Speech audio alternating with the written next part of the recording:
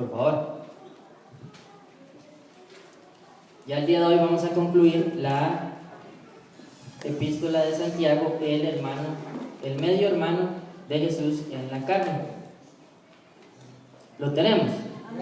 Ok, lo vamos a leer de manera antifonal. Empiezo yo. Vamos ahora, ricos, llorad y aullad por las miserias que os vendrán. Vuestras riquezas están corridas, vuestra ropa está cubierta de polvo. Vuestro oro y plata están enmohecidos, y su moho testificará contra vosotros, y devorará del todo vuestras carnes como fuego. Habéis acumulado tesoros para los días postreros.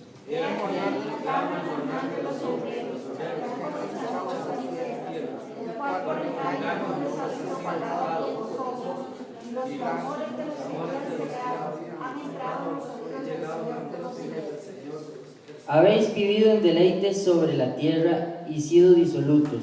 Habéis engordado vuestros corazones como en día de matanza.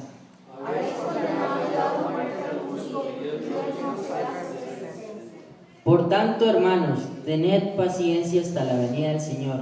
Mirad cómo el labrador espera el precioso fruto de la tierra, aguardando con paciencia hasta que reciba la lluvia temprana y tardía.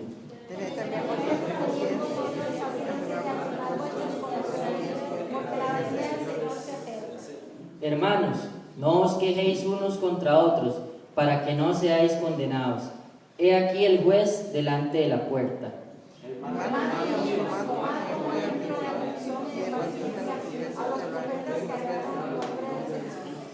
He aquí tenemos por bienaventurados a los que sufren.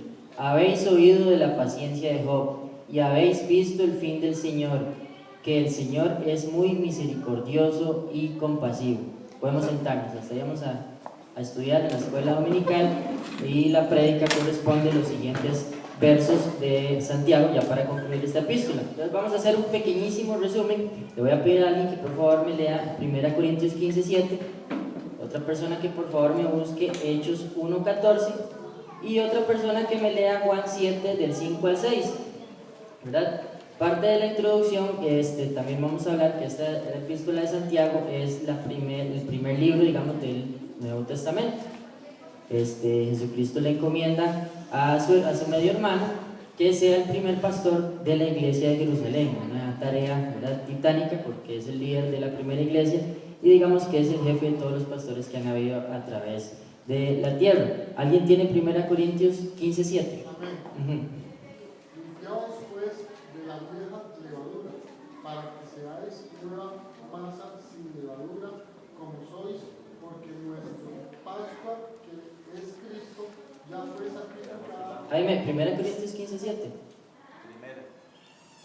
Primero. 5:7. 15. Aquí. 15, sí, 15. No importa, búscalo, no hay ningún problema. ¿Tenés cuál? Ya te. 1 Corintios 15:7. Sí. Después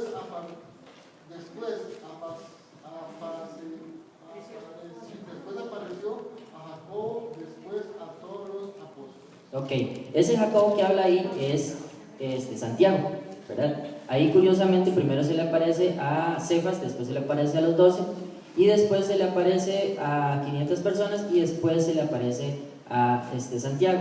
Lo que está haciendo ahí Jesús después de su resurrección fueron como reuniones, por decirlo así. Él hizo reuniones y entonces les deja acá, bueno, a usted le corresponde esto, venga para hacer la agenda, usted va a hacer esto, tiene preguntas, y entonces iba montando todo lo que tenía que dejar. Eso fueron 40 días, o sea, en esos 40 días después de la resurrección, Jesucristo empieza a hacer las reuniones con todas estas personas, ¿verdad? Y les encomienda a cada uno una misión en particular. Hechos 1:14, después de estos 40 días, ¿verdad? Entonces viene Jesús, asciende al cielo, se reúnen todos. ¿Quién tiene Hechos 1:14?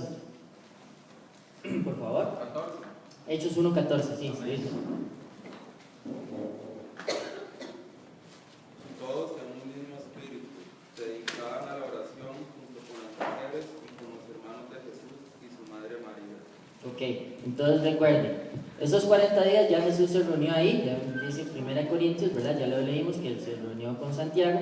Después Jesús asciende al cielo, pasan 10 días y viene el Espíritu Santo. Durante ese trayecto es que está sucediendo Hechos 1:14. Entonces estaban reunidos todos ahí, los 500, los 12, Cefas, María y sus hermanos estaban ahí. Reciben el Espíritu Santo, ¿verdad? Pero veamos que ya estaban ahí orando, ya ellos se estaban preparando porque ya Jesús les dijo, muchachos, todo va a salir bien, pero ¿verdad? Vamos perseverantes en la oración.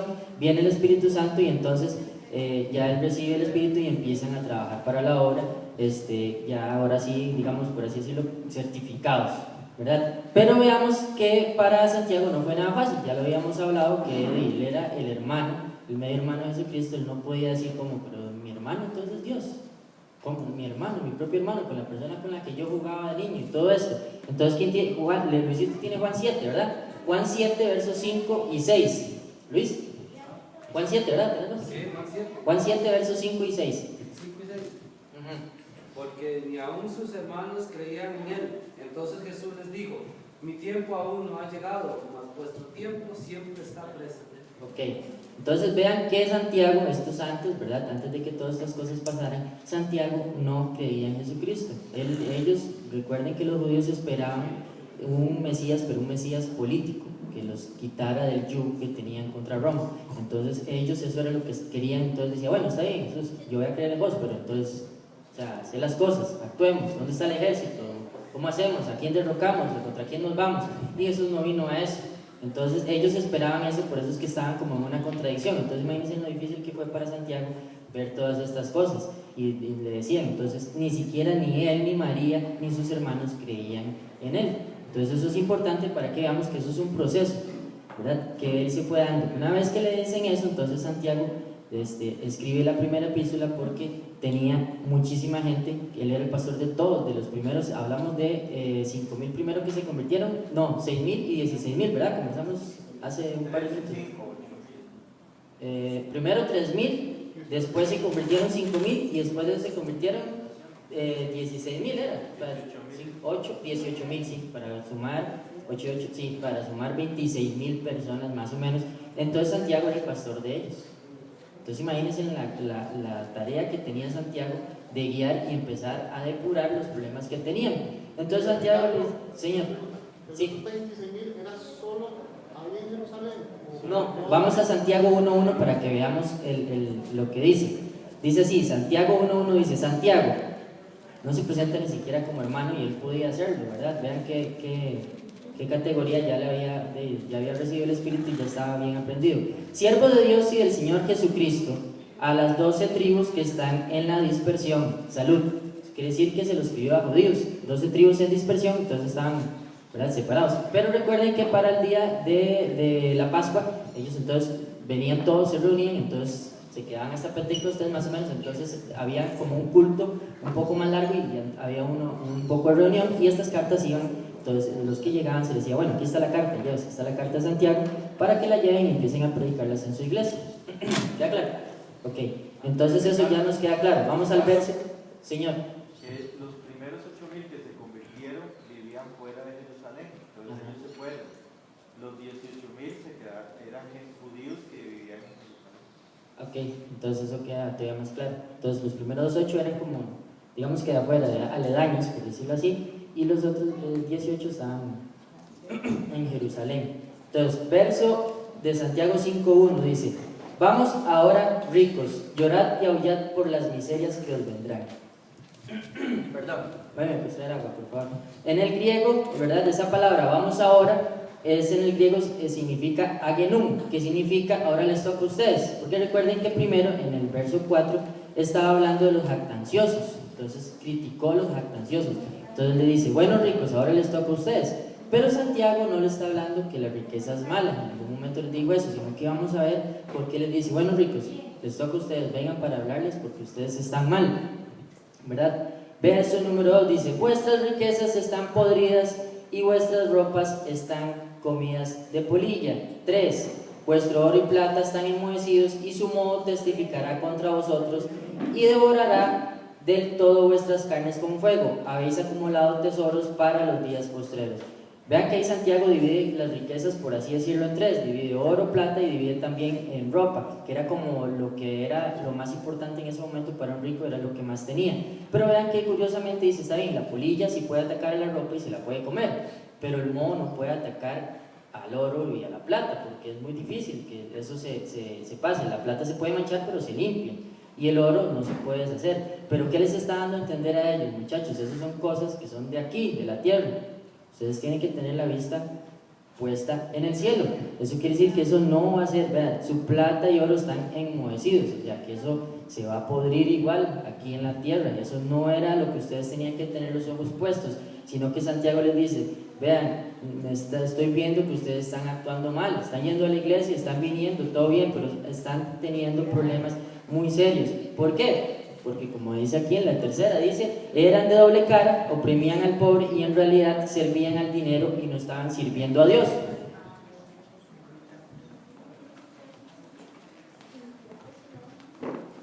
Ese era el problema que tenían los ricos, que estaban yendo para que les dieran adoración a ellos en la iglesia, que dijeran, mira, ahí viene fulano de tal y tiene un montón de plata. Entonces ellos llegaban. Me llama mucho la atención que en ese tiempo leí que habían personas que alquilaban anillos. O sea, era un negocio alquilar anillos. Entonces, entre más anillos tenías vos en tu mano, entonces era como más estatus. Entonces, imagínense, seguro llegaban con ese montón de anillos y entonces decían, ¿cómo está, hermano? Y entonces, ¿verdad? Le veían esas manos, seguro no les cabían ni los dedos de los anillos, ¿verdad? Pero lo que ellos querían era eso, hermano, ¿cómo está? ¿Verdad? Entonces, imagínense ese asunto. Entonces Santiago le dice, no, muchachos, es que eso no es así. O sea, ustedes no vienen aquí a que les den adoración a ustedes, sino que ustedes vienen a dar adoración. Entonces, ya dijimos que se dividió en tres, ¿verdad? Oro, plata y riquezas. Entonces, ¿quién es el que da todo? Dios es el que da todo y lo quita. Entonces, ¿por qué usted tiene que tener las miradas en esas cosas que son cosas que se pueden enmohecer? Y no se pueden enmohecer, digámosle, físicamente no se puede que el oro y la plata agarren moho. Pues tal vez moho sí, pero tendría que pasar muchísimo tiempo, pero nada más se limpia y listo. Pero Santiago les está haciendo a ellos ver, muchachos, eso no es nada. Por favor, pongan la vista donde tiene que estar. Y aparte de este problema, tenían otro todavía peor, que lo vamos a ver en el verso del 4 al 6. Leo para ustedes. He aquí clama el jornal de los obreros. Parece que el jornal es como la paga que recibe diariamente un obrero. O sea, el jornal es lo que diariamente recibe una persona. Que han cosechado vuestras tierras, el cual por engaño no les ha sido pagado por vosotros, y los clamores de los que habían cegado han entrado a los oídos del Señor de los ejércitos. Habéis vivido en deleite sobre la tierra y sido disolutos. Habéis engordado vuestros corazones como en día de matanza. Habéis condenado y dado muerte al justo, y él no os hace resistencia. Entonces tenían el primer problema, era que tenían, o sea, en realidad estaban yendo a la iglesia, pero ellos creían en sus riquezas, no creían en eso. Lo que querían era que les adoraran a ellos y no ir a adorar. ¿Sí, Luis? Sí, ahí es donde viene lo del moho y eso. O sea, Santiago dice que ese moho y todo eso que está ahí pasando es porque ellos le quitaron a la gente. Ok. Entiendo, ¿verdad? Eso es lo que él quiere decir. Básicamente es que el asunto es el siguiente, que los ricos de esta época estaban teniendo un problema, que estaban reteniendo el jornal de las personas, y el problema es que en ese tiempo el pobre era pobre. O sea, si usted retenía ese día, el jornal de ese día, el pobre no podía comprar comida y por ende no podía comer ese día. Entonces ellos estaban teniendo ese problema, y aparte de eso, entonces si el pobre venía y hacía problemas, entonces si hagamos una cosa, vamos a la corte a pelear, de ese tiempo, no la corte de este momento, vamos a la corte a pelear. ¿Qué pasa? El pobre no tiene plata para pagar un abogado como él. Entonces estaban saliendo por vías alternas para simplemente defraudar al pobre. Y vean algo muy importante que dice en el 4, al final. Dice, y los clamores de los que habían cegado, o sea, los clamores de sus trabajadores, de las personas que ustedes están engañando y estafando, han entrado a los oídos ¿de quién? Del Señor de los ejércitos. Recuerden que es para judíos. Los judíos tienen bien clarito quién es el Señor de los ejércitos.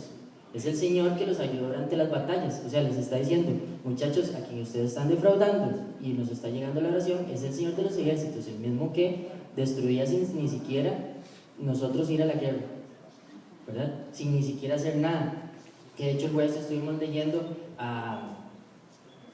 Josafat, ajá, a Josafat, y que resulta que Josafat venía un ejército muy grande, numerosísimo, a pesar de que Josafat tenía 1.200.000 soldados, pero de esos soldados bravos, venía un ejército él le dice, Dios, ¿qué hacemos? Y Dios le dice, vaya, es más, ustedes ni van a pelear. Y cuando ellos se asoman, por así decirlo, en un monte y están todos muertos, entonces es ese mismo Jehová de los ejércitos, es el mismo que está diciéndole a ellos. Entonces, evidentemente los ricos tenían que entender, ay Dios mío, vea contra quién me estoy metiendo, ¿verdad? Ellos está bien clarito. En otras palabras, Carlos, esos judíos querían esclavizar prácticamente a sus hermanos. Básicamente sí, es que el problema es que estaban estafándolos de esa forma. Pues ellos estaban reteniendo el salario de ellos, lo hacían por diversas, o sea, estaban utilizando estratagemas extrañas que no sabemos, porque ven el 4 al principio, clama el jornal de los obreros que han cosechado vuestras tierras, o sea, son sus trabajadores obviamente, el cual por engaño no les ha sido pagado por vosotros. Digamos que entonces el rico llegaba y decía, mira, es que hoy no me han pagado, entonces te pago mañana o pasado. El problema es que si vos le pagas mañana o pasado, él no iba a comer ese día. No podía comer ese día. O sencillamente el visitador le decía, mira, la cebada se bajó de precio. Se bajó. La mitad. Todo lo que ustedes en este momento se imaginen era lo que estaban utilizando estos ricos. Estaban estafando. Y Dios, o sea, Santiago era muy conocedor de la ley. Digamos, él quedó de pastor no porque era el hermano de Jesús, sino porque era muy, muy conocedor de la ley.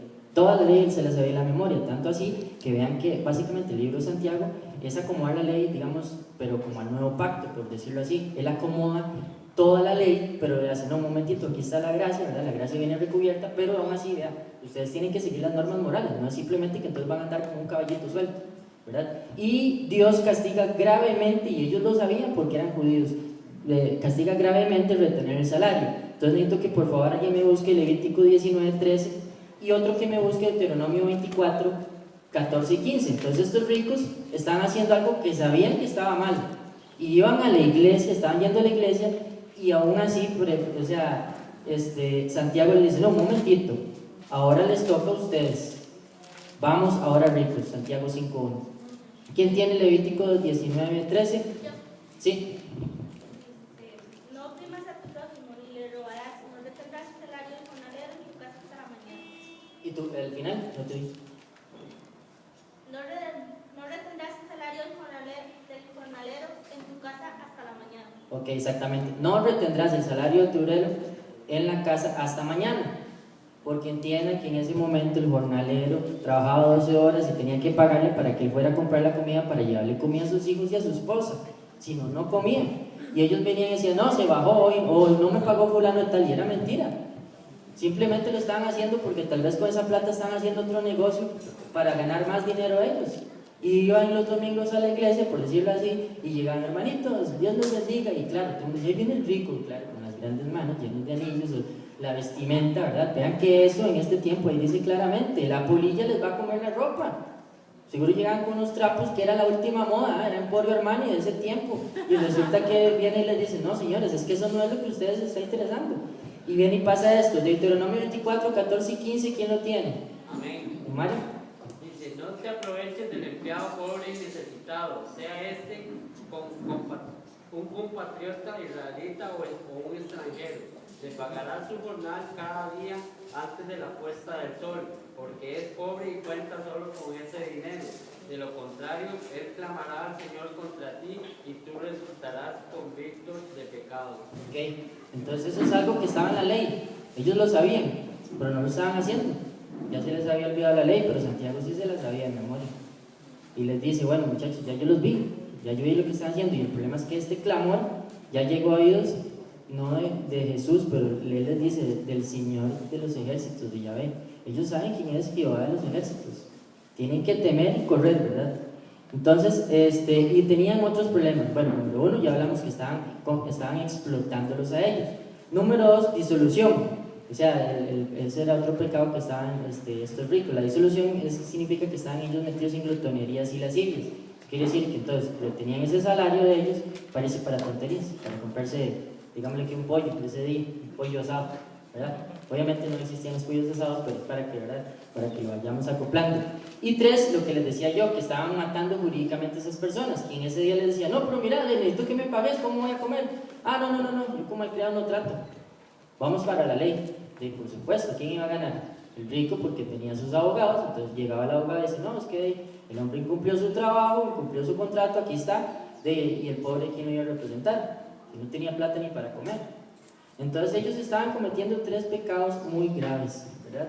Nuevamente la explotación, la disolución, y estaban matando jurídicamente a los pobres. Entonces Santiago les dice, muchachos, no es que vengan a que les den adoración, ustedes tienen que venir a dar adoración, o cambian, o en realidad ustedes no están recibiendo el evangelio como es, ¿verdad? Entonces aprovecharse del pobre en todo sentido, Dios siempre le va a recorrer y va a escuchar ese clamor. Entonces esa es la primera parte de Santiago, digamos, del 1 hasta el 6. Después empieza en el verso 7, del 7 al 11, ¿verdad? Entonces dice así: por tanto, hermanos, tened paciencia hasta la venida del Señor.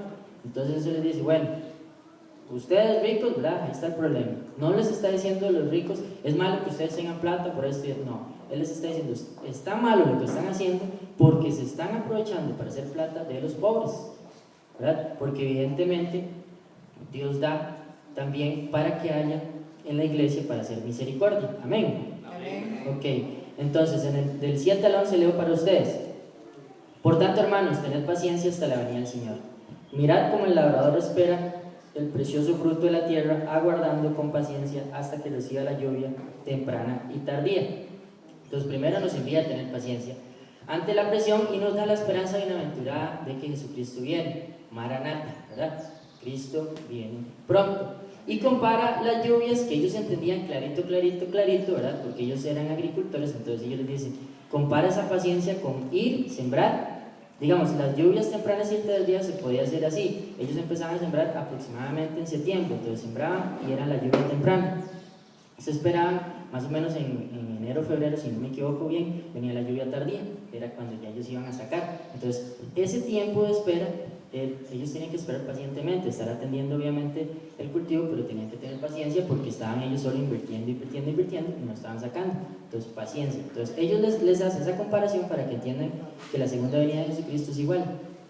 Paciencia. Tienen que hacer su trabajo, porque no les está diciendo, ustedes se sientan y resulta que se siembra solo y por medio del agua crecen solo las matitas. No, ustedes hacen su trabajo y la lluvia tardía, que es, por así decirlo, el Espíritu Santo, es el que va a producir la fertilidad de eso. ¿Queda claro?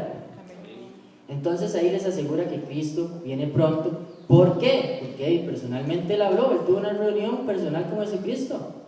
Entonces Jesucristo le dijo, mira, esta es tu tarea y yo vengo pronto, dígaselos a todos.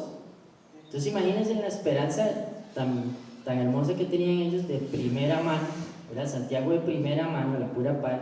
Jesús se lo dijo, le dice, vea, esto es lo que usted tiene que hacer y yo vengo pronto. Dígale a las personas que tengan paciencia, ¿verdad? Que pase lo que pase en este mundo es pasajero. Recuerden que, bien que mal yo me acuerdo que cuando yo tenía como 11 años, ya, qué bonito tener 18, y ahora me gustaría tener otra vez 10, ¿verdad? Para no estar pensando en nada. Y de 18 hasta la fecha es como un abrir y cerrar de ojos, y igual es toda la vida, es como un abrir y cerrar de ojos. Entonces, ¿cómo va a poner uno la vista en las cosas de la tierra siendo tan rápidas? Es mejor poner la vista en las cosas del cielo, que son eternas y que son tesoros eternos. Amén. Bien, vamos al verso 8, dice: tened también vosotros paciencia y afirmad vuestros corazones, porque la venida del Señor se acerca. O sea, tranquilos y vamos con fortaleza, ¿verdad? Pase lo que pase, estos ricos los van a aplastar a ustedes, pero tranquilos, Cristo viene pronto. Y aún así Dios va a hacer justicia en la tierra porque es Jehová de los ejércitos. Amén. Amén. 9. Hermanos, no os quejéis unos contra otros para que no seáis condenados. Y aquí el juez está delante de la puerta. Entonces les dice, digámosle que a estos pobres, dice, y no se quejen, porque la queja es un pecado que Jesucristo aborrece desde siempre, ¿verdad? Algo que siempre ha aborrecido. Quiero que por favor nos vayamos a Números 14, 22 al 23, el que lo tiene, por favor. Dios siempre, hay algo que abomina, y lo que más abomina es a la persona quejosa. En Números 14, 22, 23, ¿quién lo tiene? Ajá, léeme. 22 y 23. Todos los que vieron mi gloria y mis señales que he hecho en Egipto y en el desierto, y me han tentado ya 10 veces y no han oído mi voz, no verán la tierra de la cual juré a sus padres. No, ninguno de los que me han irritado la verá. Ok, ahí estábamos hablando, ¿verdad? Cuando ya la congregación ya estaban fuera de Egipto y entonces ellos empiezan a quejarse, que estábamos bien, estábamos mejor en Egipto, que eran esclavos y todo esto. Ya habían abierto un mar, ya habían visto un mar que se abría y que caminaban en seco, en medio del mar, habían visto que sobre ellos estaba el maná y todo eso y aún así se estaban quejando. Entonces yo digo, no, ya no más, ya me cansé, no más, ustedes no van a ver la tierra prometida. Y empezaron a dar vueltas, 40 años. Pero vea si Dios es tan misericordioso que permite que la ropa de ellos iba creciendo con ellos y el calzado no se gastaba. Entonces ellos, digamos, era un niño, iba creciendo y la ropa iba creciendo con él. Pero ahí andaban demorando, dando vueltas. ¿Por qué? Por la queja. Entonces es clarito que a Dios le desagrada un montón la queja, pero un montón. Después también podemos tomar de ejemplo cuando Coré se levantó en rebelión contra Moisés. Cuando Coré se levanta en rebelión contra Moisés, Coré tenía razón. Moisés estaba haciendo su trabajo mal y tenía a gente pesadita, tenía a los príncipes de cada una de las tribus. Pero es que no es lo que Dios dice. Usted se está quejando contra el siervo de Dios, el que escogió Dios, no el que escogió usted. Está bien, humanamente puede ser que no, como el presidente. Humanamente yo no voté por Guillermo, entonces yo puedo decir, no, me estoy lavando las manos, no es mi presidente, pero es que Dios lo puso, o lo pusieron los hombres. Dios lo puso. Y entonces, ¿qué pasa con Coré? Dios lo castiga y se abre la tierra y va para el infierno vivo y se vuelve a hacer. Entonces, quejarse de lo que sea es un pecado gravísimo, a Dios le desagrada, pero montones. Después también ayer hablaba con Mariana de cuando se quejó María y Josué, sí, ¿verdad? El hermano de Moisés. Aarón y María, los hermanos de Moisés, también tenían razón, ya Moisés estaba muy viejito, no estaba haciendo su trabajo bien, y entonces dice, mira, mejor pensionemos a Moisés y nos quedamos nosotros, porque ya nosotros sabemos hacer todo. ¿Era cierto o no era cierto? Ellos eran los que manejaban todo. Pero es que Dios no les dijo a ellos que esa era la posición de ellos, era la posición de Moisés. Entonces los castiga de la siguiente forma. A María le dice, no, tome, váyase, leprosa y para afuera, ¿verdad? Hasta que oran por ella y puede regresar y se le quita la lepra milagrosamente. Pero a Dios le desagrada muchísimo, pero muchísimo la queja, que es algo que tenemos que tener mucho cuidado, y hemos hablado bastante de esto. Muchas veces decimos, ya perdimos la represión, después, ¿sí? Fue Moisés, si no, no hubiera sido cesado. Sí, hay un principio de autoridad. Sí, cuando María salió, que de hecho a mí me pareció muy curioso, ¿por qué fue castigada María y no fue castigado Aarón? Porque María fue la que propició que Aarón fue la que le habló, mira, es que Moisés, no, mira, es que el hombre está jodido, se volvió a casar, mira, y se casó mal. No, mira, él está jodido, mejor pensionémoslo. De todas formas, nosotros estamos manejando bien. Aarón, ve, vos vas a hacer la cabeza y yo te ayudo como venimos trabajando, y a Moisés lo sentamos ahí y él va a hacer como una imagen y nada más, ¿verdad? Por decirlo así. Y Jesús le dice, no, un momentito. Inmediatamente, María, a Aarón lo castiga, pero a María de una vez le pone la lepra. Imagínense lo que es, de un momento a otro queda blanco como una nieve. Imagínense qué susto se pegó esa mujer. Señor. María en ese, mira, ahí sí te estoy fallando, pero es que yo creo que no dice como muy bien si ahí María se había casado, pero ahí se puede hacer, ¿verdad? Pero sí, entonces tenemos que tener muy claro, ¿verdad? Que bueno, eso les desagrada mucho. Entonces Santiago les dice, está bien, si van a tener tribulaciones, ¿verdad? Les está hablando a todos, no solo a los pobres, ¿verdad? De esto, sino que van a tener tribulaciones, pero no lleguemos a la queja. Tengan tribulaciones, está bien, tienen derecho a enojarse, pero no lleguemos a la queja. Y vamos a ver qué ejemplos pone Santiago aquí. Vamos por el verso 10. Hermanos míos, tomad como ejemplo de aflicción y de paciencia a los profetas que hablaron en nombre del Señor. ¿Cuántos profetas hablaron en nombre del Señor? En el Antiguo Testamento fueron muchísimos, y ellos tuvieron que llevar muchísimas aflicciones. Y también les deja un ejemplo que entonces digamos, está bien, no se acuerdan de algún profeta en específico, veamos un ejemplo todavía más claro para que vean cuál es un ejemplo de paciencia. Y aquí tenemos en el 11, y aquí tenemos por bienaventurados a los que sufren. Habéis oído de la paciencia de Job y habéis visto el fin del Señor, que el Señor es muy misericordioso y compasivo. Job nunca se quejó ni se enojó ni nada. Si nosotros vamos a Job y nosotros decimos, pues ya nos leyó Job, y Job en algún momento dijo, maldito el día que yo nací. Pero fue como poético, es en la parte poética. De hecho, no pecó contra Dios. Él, digamos, estaba enojado, pero no llegó a la queja. Entonces Dios les dice, vean, aquí está Job, él se enojaba porque está pasando cosas feas, está bien, tiene derecho a enojarse, pero no tiene derecho a quejarse. Es muy diferente el enojo a la queja. Y aparte de eso, después les dice, habéis visto el fin del Señor. O sea, les está diciendo, el mismo Señor que va a los ejércitos, que va a defender a los pobres en el momento en que estos ricos los están oprimiendo, es el mismo Señor que es muy misericordioso y compasivo. Después de ver a Job que se rascaba con una piedra, ¿verdad?, de la picazón, y lo considero porque yo una vez tuve una alergia que incluso me daban ganas de rascarme y me rasqué una vez con lija fina. Vieron qué cosa, o sea, me aliviaba rascarme con lija fina, pero me quedaba la piel, era roja. Entonces ahora imagínense Job, una piedra, ¿verdad?, de ese tiempo, de la picazón, le quedaba la carne en carne viva, ¿verdad? Era en carne viva, y verse así tan feo, todo el mundo seguro pasaba y decía, mira el riquillo ese Job, no es como está, todo hecho leña. Y después viene Dios y lo levanta y le da el doble de lo que tenía y le da las mujeres más hermosas de ese momento. Entonces imagínense, es el mismo Señor que tenemos nosotros, ¿o no? Amén. Ok, entonces va quedando claro, el Señor es muy misericordioso y compasivo. Y el Dios de Job es el mismo Dios de nosotros, ¿o no? Amén. Okay, entonces Dios nos va a hacer pasar por pruebas. ¿Y para qué nos va a hacer pasar por pruebas? Porque quiere moldearnos nuestro carácter. Y al ser moldeado nuestro carácter podemos crecer espiritualmente y vamos a poder servir mejor a la iglesia y poder ser mejor cuerpo y dar amor a los hermanos, que es a lo que hemos venido a la iglesia. Amén. Ok, vamos con las conclusiones. La primera conclusión es entonces, ¿es malo ser rico según Santiago? No. En ningún momento.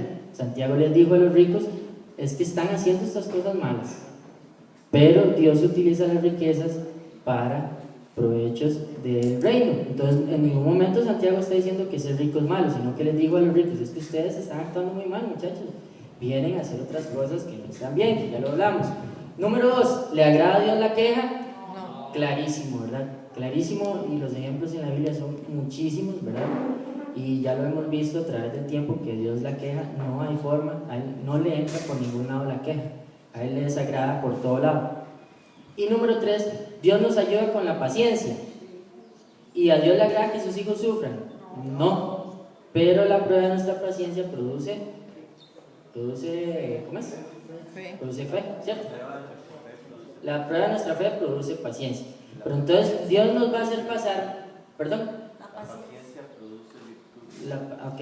Entonces recuerden que Dios nos va a hacer pasar por pruebas, pero lo que quiere es moldear nuestro carácter. Conforme vamos creciendo, nosotros no podemos seguir siendo niñitos espirituales, sino que Dios quiere que vayamos pasando para que vayamos creciendo espiritualmente. Y no es para que nos engordemos y lleguemos a la iglesia con la mano significativamente llena de niños y hermanito, ¿cómo está? Sino que es para edificación de su cuerpo, para edificación de nuestra iglesia. Amén. Entonces, ¿dónde quiere Dios llevarnos? El final, veamos qué cosa más bonita, ¿verdad? Santiago 5:11, la parte final. Que el Señor es muy misericordioso y compasivo. Entonces veamos qué clase de amor nos ha dado Dios, ¿verdad? Que si a Job le dio todo eso después, lo produjo eso, Él nos lo puede dar a nosotros, ¿o no? Amén. Pero siempre y cuando esté número uno dentro de su deseo, y que no estemos pidiendo para nuestros deleites personales, sino para enriquecer la iglesia. ¿Queda claro? Amén. No tenemos preguntas. Entonces vamos a ponernos en pie y vamos a orar. Con esto concluimos la escuela dominical. Entonces oramos, vamos a orar en el sentido que Dios nos ayude para, bueno, número uno, si tenemos alguno de estos pecados que acabamos de estudiar, ¿verdad? Si estamos oprimiendo al pobre o bien estamos viniendo a la iglesia a recibir adoración, o sea, a tratar de ser el sol y no ser la luna, entonces pedir perdón y que Dios nos alcancemos misericordia. Y número dos, si estamos en ese pecado de la queja, que es un pecado honestamente muy común en este tiempo, demasiado. Recuerden que ahora, ya lo habíamos hablado hace mucho tiempo, está el programa Quéjese ahí, y la gente hace fila para quejarse. Me quejo del gobierno, me quejo a veces lo he escuchado y son cosas tan tontas que dicen, me quejo de mi suegra que no me da comida. Cosas así que uno dice, por Dios, o sea, ya esto es el caos. O me quejo del gobierno que no me está ayudando para tal cosa. Por favor, ¿verdad? Esas cosas a Dios no le agrada. A Dios le gusta, a Dios rogando y con más sudando, o sea, trabajando y pidiéndole a Dios. ¿De acuerdo? Entonces oremos. Señor, te agradecemos este hermoso culto que nos has regalado. También agradecemos tu palabra, Padre. Queremos agradecerte, Señor, porque dejaste a Santiago para darnos las normas, Señor, cómo debemos comportarnos en nuestra iglesia. Y te damos gracias porque tú le hablaste a él encomendándole eso. Y de no ser por estas personas, Señor, que tú encomendaste, Padre, no estaríamos aquí, sino que ya hubiéramos desaparecido. Gracias a tu Espíritu, sabes que estamos aquí, Señor, a esa transferencia que tú hiciste de amor. Y gracias por tu sangre, Padre, y pedimos que este culto sea de gran bendición para todos. En el nombre de Jesús, amén. Okay, entonces